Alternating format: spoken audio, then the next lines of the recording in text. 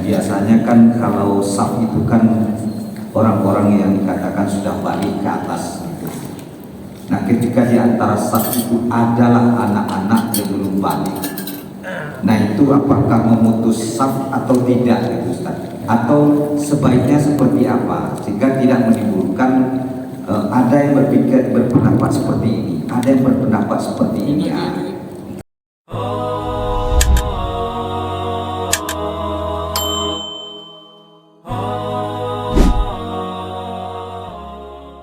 Anak-anak berada di tengah soft, apakah memutuskan soft yang akhirnya nanti kalau putusnya soft itu akan menghilangkan fadilah jamaah. Jadi soft kalau tidak lurus, soft tidak rapat, ada resiko dengan fadilah jamaah. Kalau untuk sholatnya tetap sah Bapak Ibu, kalau jamaahnya tetap sah. Jadi untuk berjamaah selagi masih di dalam masjid itu banyak kelonggaran. Maknanya istilahnya jamaah itu dianggap sah untuk orang yang masih kondisinya berada di dalam masjid, itu banyak keringanannya. Jadi selagi jarak antara imam dengan makmum, kalau tak silap saya itu tak lebih daripada 30 meter.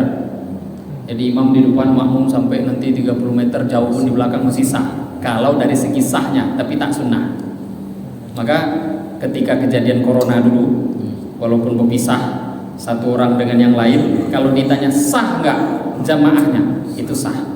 Kalau tidak ada uzur, maka fadilah jamaahnya hilang. Ya kalau kita harapkan semoga waktu corona kita diampuni Allah, semoga aja dianggap jamaah semua masih sah. Jamaahnya sah, fadilah jamaahnya semoga tak hilang. Kalau sudah kondisi, semoga Allah terima, Allah mudahkan, Allah ampuni. Tapi kalau dari segi sahnya sah saja.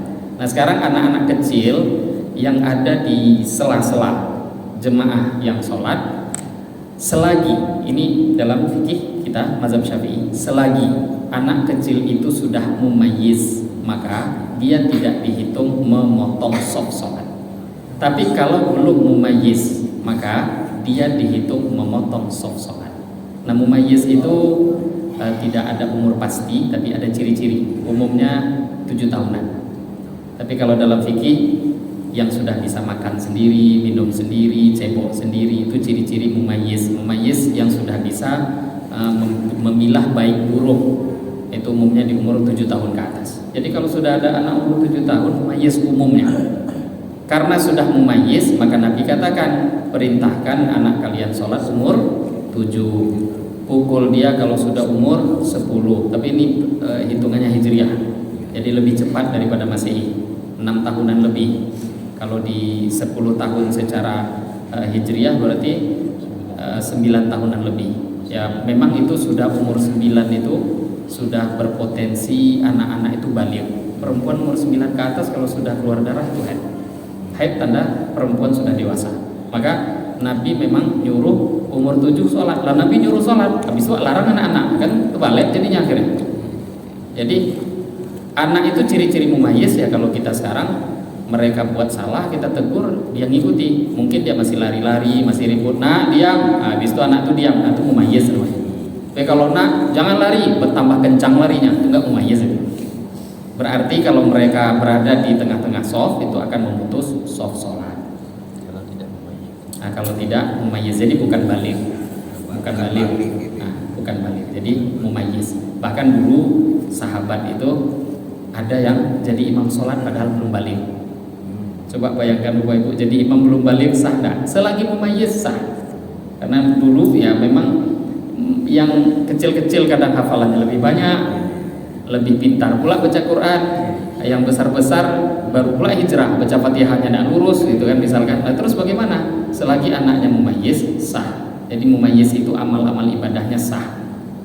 Untuk dia umroh, haji, ngerjakan sholat dan amal-amal lainnya, kalau sudah mumayyiz itu sudah sah. Jadi kalau berada di tengah-tengah saf pun tidak dihitung memotong shaf sholat.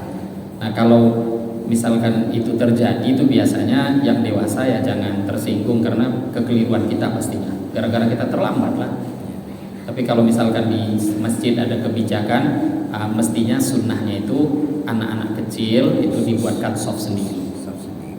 Dibuatkan shaf tersendiri, mungkin di shaf yang keempat Kalau di masjid kita misalkan sholat ada 2 soft, ya di soft ketiga. Kan kita tahu berapa biasanya banyaknya jumlah soft sholat. Jadi soft anak-anak memang berada di belakangnya soft orang dewasa. Itu secara aturan sunnahnya. Kalau juga misalkan ada anak kecil masuk, nah apalagi kalau memang orang tua, kan mestinya anak kecil itu ada orang tuanya masing-masing yang mengurus, mestinya. Nah kalau orang tuanya bawa, habis itu berada di soft paling ujung ataupun di samping orang tuanya, kalaupun memayis tak ada masalah. Malah sebenarnya orang tuanya, kalau memang itu orang tuanya, malah bisa jaga. Tapi tentu yang terbaik dia berada di bahagian ujungnya soft. Dan yang paling bagus, yang paling pas, dibuatkan soft tersendiri.